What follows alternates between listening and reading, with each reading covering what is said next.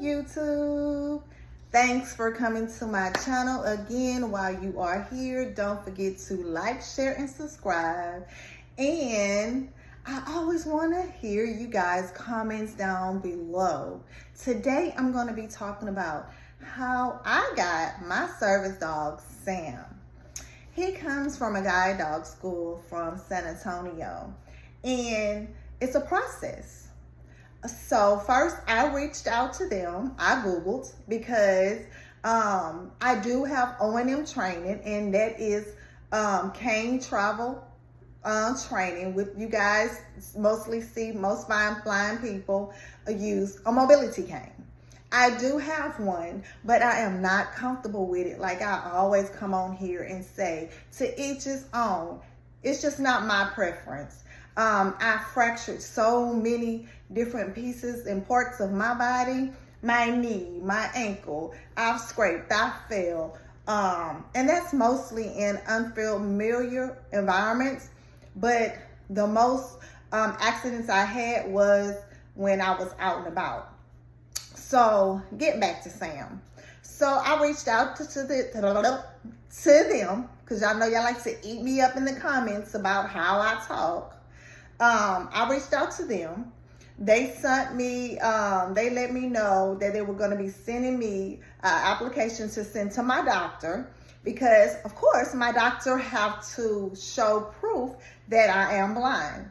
So once my doctor filled all that out, I submitted that back to the guide dog school. And then, like I say, this is a lengthy process. It just doesn't happen overnight. Then maybe like 6 months rolled around, and then they called me and they was like, we're going to come to your house, because they have to come and evaluate you. Because once again, like I say, blindness is a spectrum. Not every blind person is walking around here with the same condition or the same way they can't see, and it's just different. So please stop putting us all in the same box. So they came, 2 trainers came and they evaluated me. Of course, they have to come and look at your home to make sure that their dog, because that's their dog, that's their property, it's a government dog, is going to be in a safe environment. They ask you, what do you do on a day-to-day basis? Because you have to have, I had to have at least 3 routes that I do every day. And at that time I was in school, and you guys know that I love to work out. So I was going to the gym Monday through Friday before they cut my public transportation off with the paratransit. So then after they came in to do that assessment, then they called maybe like 3 or 4 months later, maybe 2, and they were like, we're going to see, we're going to try to match you. So they brought 3 dogs. And the match process is if you and the dog are compatible, as well as your walking speed, because some people walk slow, some walk medium, some walk fast. I walk fast. So me and Sam, it's like, it was love at first sight. If I have some pictures, I will enter it in here as I go. Love at first sight. So y'all can see when we first met each other. And I'll try to insert some when we were training too.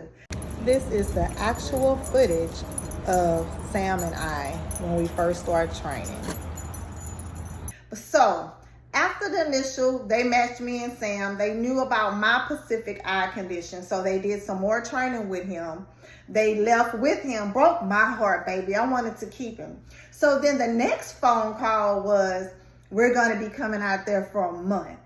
So my trainer, Sam's trainer, rented an Airbnb in our area, and the training started. And when I tell y'all, I was so stressed out, because you have to learn so much, and people don't know everything that goes into getting a guide dog. Like, you have to know how to save his life just in case he eats something accidentally that he don't supposed to.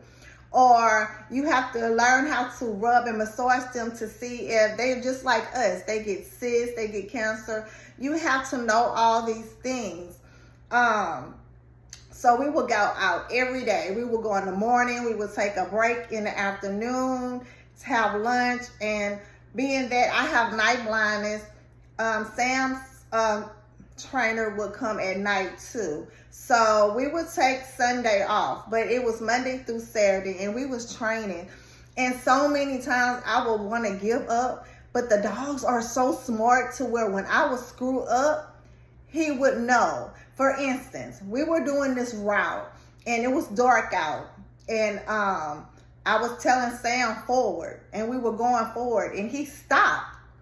I'm steady telling him forward, he's stopping. Well, I kept going, and I almost walked into a ditch. His trainer grabbed me by my shirt, and I'm like, whoo. He was like, you have to trust your dog. You have to trust him, because he knows he's not going to put me in a bad situation. So I had to learn to trust Sam, because he will stop.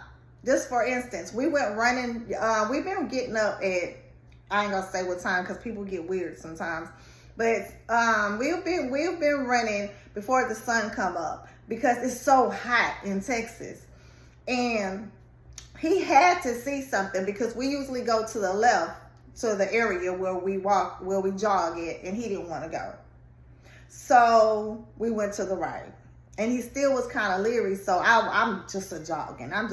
But baby, guess and believe, when I'm jogging and I'm running, I'm well protected. But that's really the steps. I know I got off a topic. I'm sorry, y'all. But that's really the steps. It took a month. I learned faster than a month, and I was so proud of myself. We had went out to eat, and I should have known something, because it usually just be me and Sam's trainer while we were training. And one of the other ladies, she came in and they gave me my certificate, and they broke me the news like, you graduated. So I have this big certificate with me and his name and team number. On Sam's collar, he has a tracker. Sam has a tracker in him as well, and we have our team number on his collar.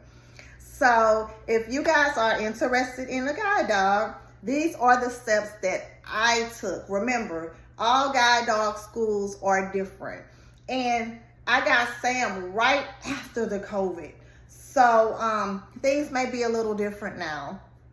But thank you guys. If you have made it this far, don't forget to give me a thumbs up. Don't forget to leave me a comment. That really helps me to get my content pushed out. And once again, Auntie love you guys from the moon and back.